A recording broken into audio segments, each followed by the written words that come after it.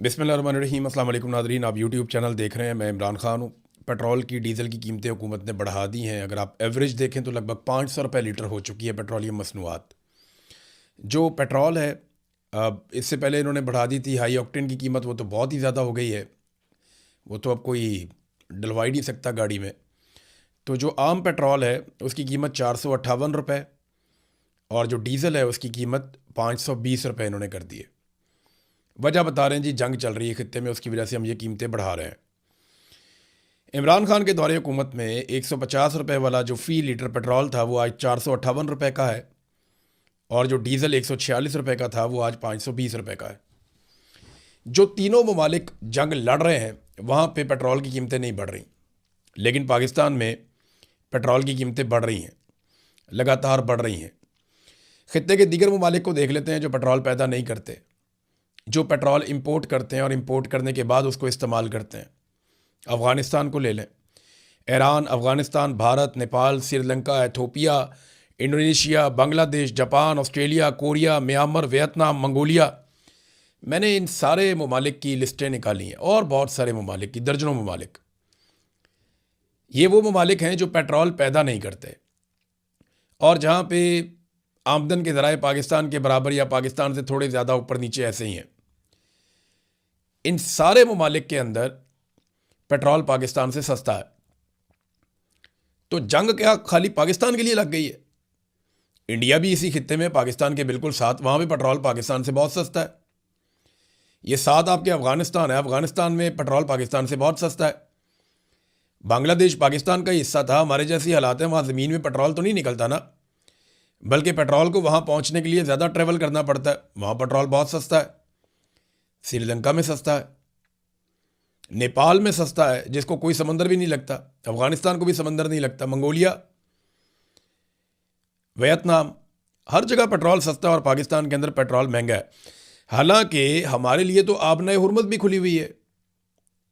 पाकिस्तान के लिए आबनाए हुर्मुज़ खुली हुई है। पाकिस्तान के वज़ीर ख़ारजा ने नॉर्मली तो इसहाक डार झूठ ही बोलता है, कलमा पढ़ के भी झूठ बोलता है, अल्लाह का नाम लेके झूठ बोलता है। इसहाक डार जैसे आदमी ने भी कह दिया कि हमारे लिए तो 20 टैंकर्स ईरान ने छोड़ दिए हैं कि हम आबनाए हुर्मुज़ से गुजार सकते हैं। हमारे साथ तो ईरान ने मुआहदा कर लिया कि हम यहाँ से तेल निकाल सकते हैं, लेकर जा सकते हैं।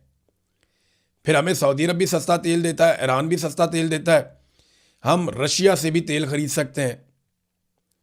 तो प्रॉब्लम तो कोई नहीं है। लेकिन इसके बावजूद जब तेल आ भी रहा है और सस्ता मिल रहा है तो पाकिस्तान में ये हैरान कुन इजाफा तेल की कीमतों में क्यों हो रहा है? हम तो कोई जंग नहीं लड़ रहे ना, हमारी तो किसी के साथ जंग नहीं चल रही। हम तो शौकिया अमेरिका के कहने के ऊपर अफगानिस्तान के ऊपर फिदाई हमले कर रहे हैं, वो भी अमेरिका को यहाँ पे इस खित्ते में पाँव जमाने हैं आने वाली सर जंग के लिए। तो हमने बगराम एयरबेस अमेरिका को लेकर देना है और पाकिस्तान के बीच में से रास्ता देना है ताकि अमेरिकन कंटेनर जैसे माजी में नेटो सप्लाई जाती थी वैसे ही अमेरिका की सप्लाई जाया करे। हमने तो ये करना है सिर्फ। तो इस वक्त पूरे खित्ते में पाकिस्तान सबसे ज़्यादा ऐसा मुल्क है जहाँ की आवाम को मार पड़ी है, और मारा किसी बाहर से नहीं, हुकूमत ने मारा है। और पाकिस्तान वो वाहिद मुल्क है जिसको सबसे ज़्यादा सहूलतकारी भी मिली है ईरान की जानिब से। आपने हुर्मुज़ में इनके तेल के इनके कंटेनर गुजरते हैं, इनको कोई नहीं रोकता, इनके झंडे लगे हुए गुजरते रहते हैं। ट्रंप ने गवाही दी है, सागडार ने कहा है। लेकिन इसके बावजूद अवाम की कमर क्यों तोड़ी गई ये मैं आपको अब बताता हूँ। हुआ यह है कि पाकिस्तान के अंदर तक कारोबारी ज़िंदगी चल ही नहीं रहा। पाकिस्तान की मईशत का पहिया जाम हो चुका है। मौजूदा सरकार के पास सिर्फ 3 रास्ते हैं खसारा पूरा करने के लिए। पाकिस्तान लगातार खसारे में जा रहा है और अवाम के ऊपर बोझ डाल डाल के ये पाकिस्तान को डिफ़ॉल्ट से बचाने की कोशिश कर रहे हैं। सरकार किसी किस्म का बोझ उठाने के लिए तैयार नहीं है। अगर वो तैयार होते तो 11-11 अरब के अय्याशी वाले तैयारे ना खरीदते। फिर कभी हनीमूनों की खबरें आती हैं, कभी वैलेंटाइन की खबरें आती हैं। अजीबो गरीब किस्म की इनकी हरकतें हैं बेशर्मों की। और अब इतने महंगे तैयारे खरीदने के बाद ये कौम से उम्मीद करते हैं कि कौम कफ़ायत जारी करेगी। अभी शहबाज शरीफ की गाड़ियां गिनी है, 30 से ऊपर गाड़ियां थी उसकी। जो इनमें से निकलता है बेशर्मों की तरह लंबे चौड़े काफिले लेकर निकलता है। खुद इनके अलल्ले और तलल्ले नहीं खत्म हो रहे। स्टूडेंट्स के लिए स्कूल और कॉलेज बंद कर दिए और अपने वीआईपी जा जाके वहां पे स्टेडियम में अकेले बैठ के मैचेस देख रहे हैं। कैसे फ्रॉडिया अलीट है पाकिस्तान के जर्नैलों ने पाकिस्तान के ऊपर मुसल्लत की है। अब ये क्योंकि इकॉनमी चल नहीं रही, मईशत का पहिया तो चल ही नहीं रहा, ना सरमायाकारी आ रही है, ना कोई पैसा खर्च कर रहा है, ना खरीदो फरोख्त हो रही है, ना रियल स्टेट का बिजनेस हो रहा है, कोई कारोबार हो नहीं रहा पाकिस्तान में। जब कारोबार नहीं होगा तो रेवेन्यू कलेक्शन नहीं होगी, यानी कारोबार ज़िंदगी चलेगा तो टैक्स इकट्ठा होगा, टैक्स इकट्ठा होगा तो मुल्क चलेगा। अब अगर कारोबार ज़िंदगी बंद हो गया हुकूमत की घटिया कारकर्दगी की वजह से और आवाम के अदम एतमाद की वजह से, तो 3 तरीके बचते हैं फिर। नंबर 1, कर्जे लो, इतने कर्जे लो, इतने कर्जे लो कि कौम की कमर तोड़ दो, और ये इन्होंने करके दिखाया। पाकिस्तान बनने से लेके अब तक 75 सालों में पाकिस्तान ने जितने कर्जे लिए उतने कर्जे इन्होंने 4 साल में ले लिए पिछले, इतने कर्जे लिए इन्होंने। सारी हुकूमतों ने मिलकर, सारे जर्नैलों ने इतने कर्जे नहीं लिए जितने आसिम मुनीर ने और शहबाज शरीफ ने मिलकर ले लिए। ये पाकिस्तान की इन्होंने कमर तोड़ दी, दोनों ने चले जाना है। शहबाज शरीफ का नाम तारीख के अंदर जिंदा नहीं रहेगा, अर्दलियों को कोई नहीं याद रखता, और आसिम मुनीर को एक डिक्टेटर की तरह लोग याद रखेंगे सिर्फ इसलिए कि एक आदमी आया था काम डाल के चला गया, जैसे याया खान, परवेज मुशर्रफ, अयूब खान, ऐसे ही याद रखेंगे लोग। तो अब नाज़रीन हुआ यह है कि जो खसारा हो रहा है पाकिस्तान को, उसका पूरा करने के लिए 3 चीज़ें। नंबर एक कि ये सबसे पहले कर्जा लेते हैं, और मैंने आपको बताया जैसे ये ले रहे हैं। नंबर 2, ये तनख्वाहदार तबके के ऊपर एकदम टैक्सों की भरमार करते हैं, यानी जो काबू आ गया ना, नेट के अंदर आ गया, उसको रगड़ा दे देते हैं। ये गरीब आदमी को नचोड़ देते हैं, ये मिडिल क्लास को तबाह कर देते हैं। दूसरा, नंबर 3, वो चीज़ें जिनको लोग इस्तेमाल करने से रुक नहीं सकते, उनकी कीमतें बढ़ा देते हैं। एलपीजी लोगों को लेनी पड़ेगी, पेट्रोल लोगों को खरीदना होगा, गाड़ी नहीं चलती उसके बगैर, आप ट्रैवल नहीं कर सकते, आप कोई काम नहीं कर सकते। अभी किसानों को बहुत ज़्यादा डीजल चाहिए होगा, 520 रुपये लीटर है यार, उनकी आगे गंदम की कटाइयाँ हो रही हैं, मशीनें लगनी है वहाँ पे, बहुत काम होना है, तो कहाँ से लाएंगे वो इतना पैसा? फिर गंदम की कीमत भी आप उनको नहीं देते, ना दिलवाते, तो चीज़ों की कीमतें बढ़ा देते हैं। बिजली, गैस, पेट्रोल, डीजल, इनकी कीमतें बढ़ाते हैं क्योंकि लोगों ने इनको इस्तेमाल करना होता है इन चीज़ों को। अब होगा पता क्या, अल्टीमेटली लोग इन चीज़ों का इस्तेमाल भी कम कर देंगे, फिर हुकूमत क्या करेगी? ये अल्टीमेटली ये हुकूमत खुदा न खास्ता डिफ़ॉल्ट की तरफ चली जाएगी, जिस तरह की ये घटिया हरकतें पाकिस्तान के अंदर कर रही है। और इनका 610 अरब रुपए का शॉर्टफॉल है जो एफबीआर का है, वो टैक्सेस इकट्ठे नहीं कर पा रहा, कारोबार नहीं चल रहा, तो टैक्स कहाँ से इकट्ठे करेगा? ये उसको पूरा करने के लिए आईएमएफ ने पेट्रोलियम मसनूआत पर मजीद टैक्स लगाने का मुतालबा किया था, इन्होंने पूरा कर दिया। आईएमएफ के जो रेवेन्यू के अहदाफ हैं वो खुद मुकर्रर करता है, वो बताता है कितना पैसा आपने मुल्क से निचोड़ के इकट्ठा करना है और कहाँ कहाँ से कैसे कैसे इकट्ठा करना है, वो भी वो बताता है। इसको कहते हैं मुल्क को गिरवी रखना। इससे पहले तो ऐसे कभी नहीं था, जो अब हो रहा है पाकिस्तान के साथ, पहले नहीं होता था, लेकिन अब वही हो रहा है। अच्छा, पेट्रोल महंगा करने के साथ ही हुकूमत ने अपनी जो फ्रेंडली अपोजिशन है उसको भी लॉन्च कर दिया है, यानी फौरी तौर पे जमात इस्लामी, फजलुर रहमान वगैरह इनको एक्टिवेट कर दिया कि तुम लोग ना फ्रेंडली किस्म का एहतजाज कर दो, मम्मी डैडी किस्म का, हल्की आंच के ऊपर आप एहतजाज करें ताकि हकीकी अवामी एहतजाज हो ही ना सके। तरीका होता है ना, ये वारदात का एक तरीका है कि अपने बंदों के जरिए से ये एहतजाज करवा दो इससे पहले कि अवाम निकल आए। अगर अवाम निकल आई तो अवाम तो मारेगी इनको डंडे, इनको पकड़ेगी गिच्ची से आके कि बंदे के पुत्र बनो, तुम झूठ क्या बोल बोल के तुम हुकूमतों में आकर बैठ गए हो और इक्तदार पे तुमने कब्जा कर लिया है। अब दो जवाब अवाम तो करेगी इनके साथ ये। तो ये करते क्या है कि अपनी मर्जी के बंदे, अपनी मर्जी की पार्टियां उन्हें कहते हैं आओ जी, चाबी देते हैं उनको, वो आके बेचारे एहतजाज करते हैं और उसके नतीजे में अवाम को लगता है एहतजाज तो हो रहा है, हमारी आवाज़ तो उठाई जा रही है, और फिर ये फ्रेंडली अपोजिशन के साथ अपना मैच खेल लेते हैं। उसके लिए जमात इस्लामी को मैं देख रहा था, थोड़ा फजलुर रहमान साहब की पार्टी देख रहा था, ये दोबारा से रीलॉन्च हुए हैं। नाज़रीन, आसिम मुनीर ने, जनरल बाजुआ ने, जनरल नदीम अंजुम ने, इन लोगों ने इस दावे के साथ ये सारी टीम लाकर बिठाई थी कि ये लोग पाकिस्तान को बेहतर चलाएंगे, पाकिस्तान की मईशत को ठीक करेंगे और पाकिस्तान को आगे लेकर जाएंगे। फिर ये इन्होंने अपने बंदे भी ला के इंजेक्ट किए, यानी वज़ीर दाखिला भी इनका है, वज़ीर ख़जाना भी इनका है, अपने बंदे भी लेकर आए, खुद भी बैठे हुए हैं SIFC समेत मुख्तलिफ जगहों के ऊपर, हर महकमे के अंदर कोई ना कोई रिटायर्ड जर्नल अपना बिठाया हुआ है। तो चीज़ों को कंट्रोल कर रहे हैं, इसके बावजूद चीज़ें ठीक नहीं हो रही, इनके वादे पूरे नहीं हो रहे, इन्हीं को जवाब देना पड़ेगा। देखें ना, ये हुकूमत इतनी बेशर्म है, डिटाई के साथ एक दूसरे को शाबाश दे रहे हैं ये कि जनाब कमाल कर दिया आपने, इससे ज़्यादा भी आप बढ़ा सकते थे। क्यों भाईजान, 5,000 रुपये का करना है लीटर पेट्रोल? नहीं जी, आप इससे ज़्यादा बढ़ा सकते थे, शुक्र है आपने इतना ज़्यादा नहीं बढ़ाया। वो इतना ज़्यादा पाकिस्तान की तारीख में कभी नहीं बढ़ा जितना आपने बढ़ा दिया पकड़ के। वो 458 रुपए का, 520 रुपए का लीटर। फॉर गॉड सेक यार, आप क्या कर रहे हैं पाकिस्तानियों के साथ? या पूरे रीजन में कोई ये नहीं कर रहा अपनी कौम के साथ? हमारी तो जंग भी नहीं हो रही अभी किसी के साथ। अगर हमें जंग लड़ना पड़ गई तो बेड़े गड़क कर देंगे हमारा। अभी तो हमारी जंग नहीं हो रही, और जिनकी जंग हो रही है वहां पे ये फर्क नहीं पड़ रहा इन चीजों का। वो अपना अशियाए खुर्दोनोश भी ठीक है, बाकी चीजें भी ठीक है। इमरान खान साहब के दौर के साथ जरा मवाजना करते हैं, और याद रखिएगा उन तमाम टाउट्स को जो मौजूदा रजीम को डिफेंड करते हैं, जो हाइब्रिड निज़ाम की तारीफें करते हैं, वो सारे इस तबाही के लिए जिम्मेदार हैं। ये जो दहशत गर्दी है, सरमायाकारी ख़त्म हो गई, मईशत तबाह हो गई, ह्यूमन राइट्स की बेशुमार वायलेशंस हो गई, ये जो महंगाई है, ये सारे टाउट्स बराबर के हिस्सेदार हैं और जिम्मेदार हैं, जो रोज़ाना कॉलम लिख लिख के, रोज़ाना बयानात दे दे के, रोज़ाना वीलॉग कर करके बताते हैं नहीं जिन्हें बड़ी कामयाबियां मिल रही हैं, क्या ज़बरदस्त शानदार कामयाबियां मिल रही हैं, झंडे गाड़ दिए, ये गाड़ दिए झंडे उन्होंने। अब नाज़रीन, इमरान खान साहब के दौरे हुकूमत में भी तेल महंगा हुआ था, लेकिन कितना? 150 रुपये लीटर पेट्रोल और 146 रुपये लीटर डीजल। और इंटरेस्टिंग बात आपको बताऊं, इमरान खान साहब के दौर में आलमी मंडी में तेल बहुत महंगा हो गया था। और एक और दिलचस्प बात आपको बताऊं, आज भी आलमी मंडी में पेट्रोल उतना महंगा नहीं हुआ जितना महंगा इमरान खान साहब के दौरे हुकूमत में हो गया था। आज जंग के बावजूद आलमी मंडी में पेट्रोल उतना महंगा नहीं हुआ जितना इमरान खान साहब के दौरे हुकूमत में महंगा था। वहां तक अभी भी नहीं पहुंचा। वो उतना महंगा पेट्रोल खरीद के इमरान खान जो है वो 150 रुपए का लीटर बेच रहा था, और ये उससे सस्ता खरीद के आज 500 रुपए का लीटर तक लेकर चले गए हैं। 520 रुपए लीटर डीजल ये बेच रहे हैं, जो वो 146 रुपए लीटर बेच रहा था।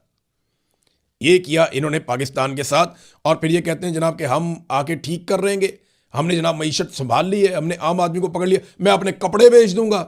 वो नए से नए कपड़े पहन के पूरी दुनिया के टूर लगा रहा है जिसने कपड़े बेचने थे। वो दूसरी जो कहती थी मेरे अब्बा ने दिल पे पत्थर रख लिया है, वो अब्बा दिखाई नहीं देता कहीं पे, अब किधर गया? वो कहती जी मेरा दिल अवाम के लिए धड़कता है, वो जनाब उसका दिल तैयारे के अंदर धड़क रहा है, जनाब तैयारा कदे इधर जा रहे हैं कदे उधर जा रहे हैं, उसकी लोकेशन छुपा रहे हैं। यहां से आप अंदाजा करें। इमरान खान ने कहा था मेरे पाकिस्तानियों मैं तो बर्दाश्त कर लूंगा, आपसे नहीं होगा। ये मामला उधर ही जा रहा है। वो तो बर्दाश्त कर रहा है ना, कौम के लिए, अपने लिए, अपनी जीत के लिए, अपनी तबीयत से मजबूर है कि वो हार मानता नहीं है, उसकी ट्रेनिंग में नहीं है। वो लड़ता जाएगा लड़ता जाएगा लड़ता जाएगा अपने मुल्क के लिए, अपने लिए। लेकिन उसने कहा था मैं तो बर्दाश्त कर लूंगा, आपसे नहीं होगा। तो पाकिस्तानियों को उसके साथ पूरी ताकत से उस वक्त खड़े होना चाहिए था जब वो ये बात बता रहा था। हम रूस से ले सकते थे तेल, हमने नहीं लिया। इमरान खान इसी रास्ते पे चल रहा था ना जिससे जर्नैलों को जो है वो मुसीबत पड़ गई थी। फिर अमेरिका से सिफारिशें करवा के वहां से साइफर आ गया और इमरान खान को निकाल के बाहर कर दिया। अभी रशिया ने एक दूसरा बहरी जहाज भी भिजवाया क्यूबा में। पहले एक भिजवाया था, अब दूसरा ही भिजवाया। ये 8-10 दिन का तेल अब उनके पास है। वो कहते हैं जी हम और भी भेज रहे हैं। ये अमेरिका को एक बहुत बड़ा चैलेंज है। अमेरिका क्यूबा को कमज़ोर करना चाहता है, रूस उसकी मदद कर रहा है। और आबना हुर्मुज़ की सूरत हाल ये है कि वहाँ पे अब एक ईरानी टूल बूथ कायम हो चुका है जहाज़ रानी की ज़ुबान में। जो जहाज़ वहाँ पे आते हैं उन्हें अपने आप को किसी ना किसी मुल्क के साथ एफिलिएट करना पड़ता है, किसी ऐसे मुल्क के साथ जिसकी ईरान के साथ बातचीत हो, मुज़ाकरात हों, और फिर उस मुल्क का झंडा लगाकर मामलात को तय कर जहाज़ वहाँ से जाते हैं। वो फ़ी बैरल $1 ले रहे हैं। यानी अगर कोई 7 लाख बैरल का जहाज़ जा रहा है तो $7 लाख वो देकर जाएगा। अब ये करेंसी या तो वो लेते हैं चाइनीज़ करेंसी में, युआन में, या वो लेते हैं क्रिप्टो में पेमेंट। और एक ईरानी कश्ती होती है जो स्क्वाड करके छोड़ कर आती है। ये वो तरीक़ाकार है जो उन्होंने अपनाया हुआ है। अब नाज़रीन, डोनाल्ड ट्रंप ने एक और कार्रवाई शुरू कर दी है। उसने बहुत तेज़ी से ईरान में इंफ्रास्ट्रक्चर को तबाह करना शुरू किया। यानी वो पुलों को तबाह किया। 3 बहुत बड़े पुल ईरान में तबाह किए हैं। उसके बदले में ईरान ने कहा जी हम भी पुल तबाह करेंगे। ये मेरे पास डाटा है, जो पुल उन्होंने एक लिस्ट बनाई हुई है, ये आलमी मीडिया पे भी आ गई है। कुवैत के अंदर एक पुल है, सऊदी अरब और बहरीन को मिलाने वाला एक किंग फहद काजवे है, उसको कहते हैं तबाह करेंगे। अबू धाबी के अंदर 3 पुल हैं जिनको तबाह किया जाएगा। फिर उर्दन के अंदर 2 पुल हैं जिनको तबाह किया जाएगा। तो ये पुल तबाह करने से पहले बाकायदा नाम जारी किए गए हैं कि शहरी इन पुलों पे ना जाएं, क्योंकि अब ईरान के पुल तबाह हो गए हैं तो इसके बदले में अब इन ममालिक के पुल भी तबाह किए जाएंगे। फिर इसके अलावा कुछ और अहदाफ हैं जो ईरान ने बताया कि यहाँ पे हम अटैक करने वाले हैं। अबू धाबी में एक स्टील मिल है, वो कह रहे हैं जी यहाँ पे कोई ना जाए। अब बहरीन में अमरीकी एलुमिनियम की सनतें हैं, जो स्टील मिल है अबू धाबी में वो भी अमेरिका की है। राफेल असला साजी की सनतें इसराइल के अंदर, उनको भी वो कह रहे हैं हम तबाह करने लगे हैं। मनामा के करीब अमरीकी फ़ौजी ठिकाना है। एक और बिन गोरियान एयर बेसिस हैं, यहाँ पे अटैक करेंगे वो। तेल अबैब में, हीफ़ा में, एलात में, नकब में और दीगर जगहों पे कोई फ़ौजी मराकज़ हैं। वो सारी उन्होंने एक लिस्ट दी हुई है ईरान ने कि हम यहाँ पे अब हमले करने वाले हैं। जितने भी आम शहरी हैं वो इन इलाकों से अपने आप को दूर रखें। यहाँ पे कोई किसी ज़रूरी काम से भी ना जाए, क्योंकि किसी भी वक्त ईरान अटैक करेगा और फिर होने वाला नुकसान जो है उसकी ज़िम्मेदारी ईरान की नहीं होगी। अमेरिका लगातार ईरान का इंफ्रास्ट्रक्चर इस उम्मीद पर तबाह कर रहा है कि एक दिन ईरान की कमर झुक जाएगी और ईरान कहेगा जी बैठे हम मुज़ाकरात कर लेते हैं। अमेरिका को फेस सेविंग चाहिए, जीत का तासुर चाहिए, लेकिन वो ये जानते नहीं हैं कि ईरानी मरते भी जाएंगे ना, वो पीछे नहीं हटेंगे। मैं उसकी आपको एक वजह समझाता हूँ, ज़रा इसको टेक्निकली आप समझें। एक ख़बर है, मैं आपको पढ़ के सुनाऊंगा, आपको सारी बात समझ आ जाएगी। ये ईरानी पार्लियामेंट के स्पीकर हैं मोहम्मद बाकर कालीबाफ। उन्होंने एक ट्वीट किया है, ट्वीट तो बड़ा लंबा है। उन्होंने बताया कैसे वो अपनी जवानी में बंदूक लेकर निकले अपने मुल्क की हिफाजत के लिए। उनका भाई शहीद हो गया, उनके बहुत सारे दोस्त शहीद हो गए। उन्होंने अपना वो दुख बताया, वो तकलीफ़ बताई, लेकिन उन्होंने ये भी बताया कि हमारे पास दूसरा ऑप्शन कोई नहीं होता। हम दुश्मन से लड़ते हैं अपनी मट्टी के लिए और हम ऐसे ही हैं हमेशा से, और हज़ारों साल की उनकी तारीख़ है। तो उन्होंने बताया कि अब तक जो, बल्कि मैं आपको ना वो एक दो जुमले हैं उनके जिसके अंदर सारी कहानी है वो मैं आपके सामने रखता हूँ।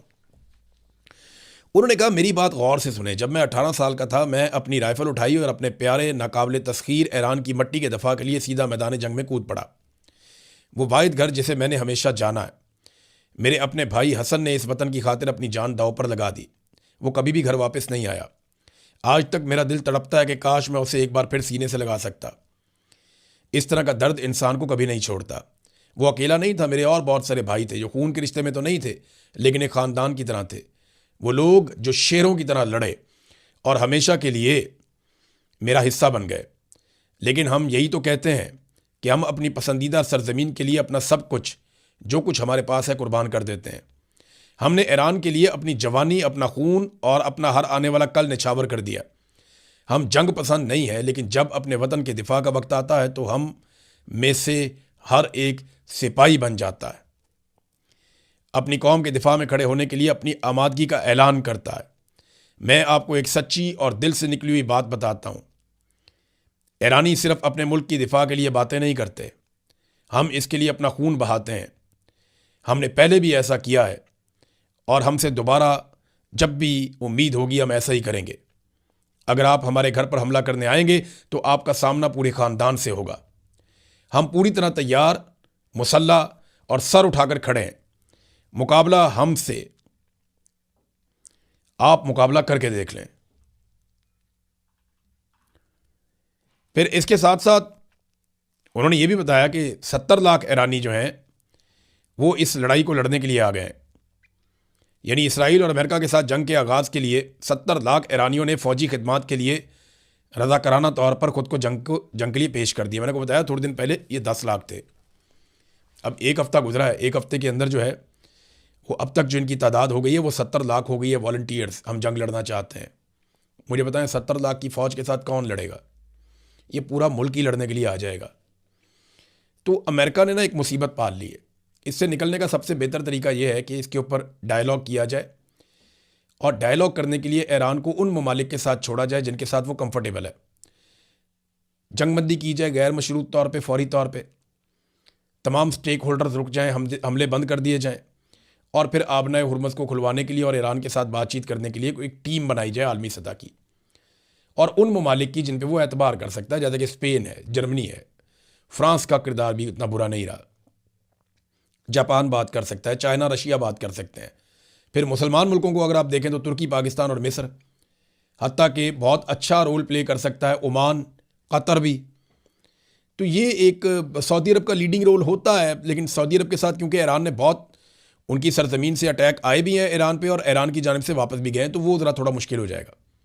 लेकिन ये मामला ऐसे हल हो सकता है, और अगर ताकत से करते जाएंगे तो ये आखिरी ईरानी भी आ जाएंगे ना तो वो लड़ते ही रहेंगे आपके साथ, जो मुझे उनकी समझ है। जैसे अफ़गानी हैं इसी तरह ये ईरानी भी हैं और ये लड़ेंगे।